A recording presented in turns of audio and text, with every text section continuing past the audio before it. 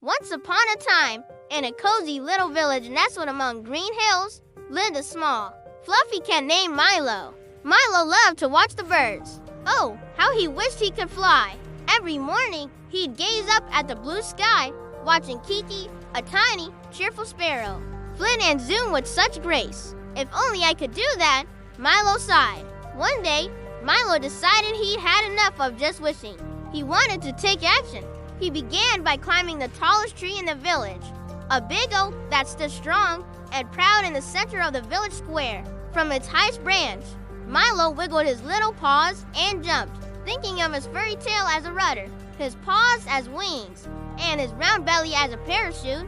He hoped his fur would turn into wings and carry him through the air. But thump, he landed softly on the grass. Milo shook his head and brushed some leaves out of his eyes. Maybe leaping off a tree wasn't the best idea. He walked through the village, his ears drooping, until he reached the park where Benny the rabbit was hopping round happily. Benny was known throughout the village for his speed. Whenever anyone needed something fetched quickly or a message delivered in a flash, they'd ask Benny, since he was always zooming somewhere anyway. "Hello, Benny," Milo said quietly. "Why aren't you off somewhere in a flash today, Milo?" Benny asked, noticing his friend's drooping ears and tail. "I want to fly," Milo whispered. Benny tilted his head, thinking, well, rabbits can hop high, but cats can't, and they don't have wings. Silly, he wiggled his nose. "But I'm not giving up. I've got to find a way." As Benny scampered off to his burrow, Milo spotted a pile of dry leaves, and an idea popped into his head. What if he used these leaves as wings? He imagined himself fluttering through the air, the wind ruffling his fur. He gathered up the largest, strongest leaves he could find and tied them to his arms with some vines he found nearby. Then, taking a deep breath, he jumped off boing. He bounced off a bush and landed back on the ground. Maybe those weren't the right kind of leaves, Milo muttered. He looked up at the sky and sighed.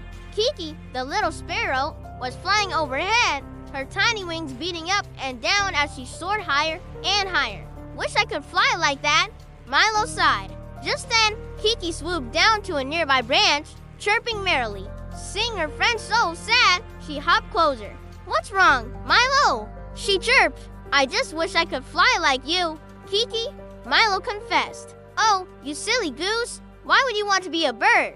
Being a cat is much better. You get to chase mice and take naps in sunny spots. And if you try hard enough, you can even catch a bird or two." She winked playfully at him. "Don't you want to catch me, Milo?" Milo shook his head. "No, I don't want to catch you, Kiki. I just want to fly like you, but I can't seem to get it right." "Well, if you just try harder, you might just get there yet." And with that, she took off again, leaving Milo alone with his thoughts. The sun began to set, painting the sky in hues of orange and purple. Milo felt a little sad, watching Kiki zoom past, chirping happily. He knew she was right, but he still longed to fly. Suddenly, he heard a familiar voice saying, "What's all the fuss about flying?" Startled, Milo turned around and saw Benny the rabbit standing nearby, his nose twitching. "Milo, why are you still here? It's getting dark. You should head home. I wish I could fly like Kiki." Milo sighed. Benny stroked his whiskers thoughtfully. "Flying, huh? Birds fly with wings. But what about other ways to go up high?" His eyes sparkled with an idea. "We could build something that lifts you up." Milo's eyes widened. "Really, we could?" "Of course," Kiki chirped, landing on Milo's head. "What are friends for?" So the three friends put their heads together. They gathered big, colorful leaves for a basket, strong vines for ropes, and a giant, light feather that Kiki found for the top. Benny, with his strong legs, helped gather branches, and Milo, with his clever paws, wove the leaves together. It was hard work, but they laughed and chattered the whole time. Finally, they had it, a beautiful, colorful hot air balloon, just big enough for Milo. "But how will it fly?" Milo asked. "We need something to make it float," Benny explained. "Something lighter than air." They found a big, empty seed pod and filled it with warm, light air from a sunny spot. Slowly, carefully, they attached it to Milo's leaf basket. The moment came. Milo hopped into the basket, Kiki perched on the edge, and Benny gave a final push. Up, up, up they went!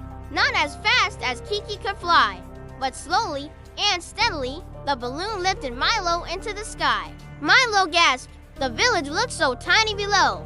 He could see the winding river like a silver ribbon, the patchwork fields, and even his own little cozy napping spot. Kiki flew alongside, chirping with delight. You're flying, Milo! You're really flying! Milo beamed. He wasn't flying with wings, but he was soaring, seeing the world from a brand new perspective.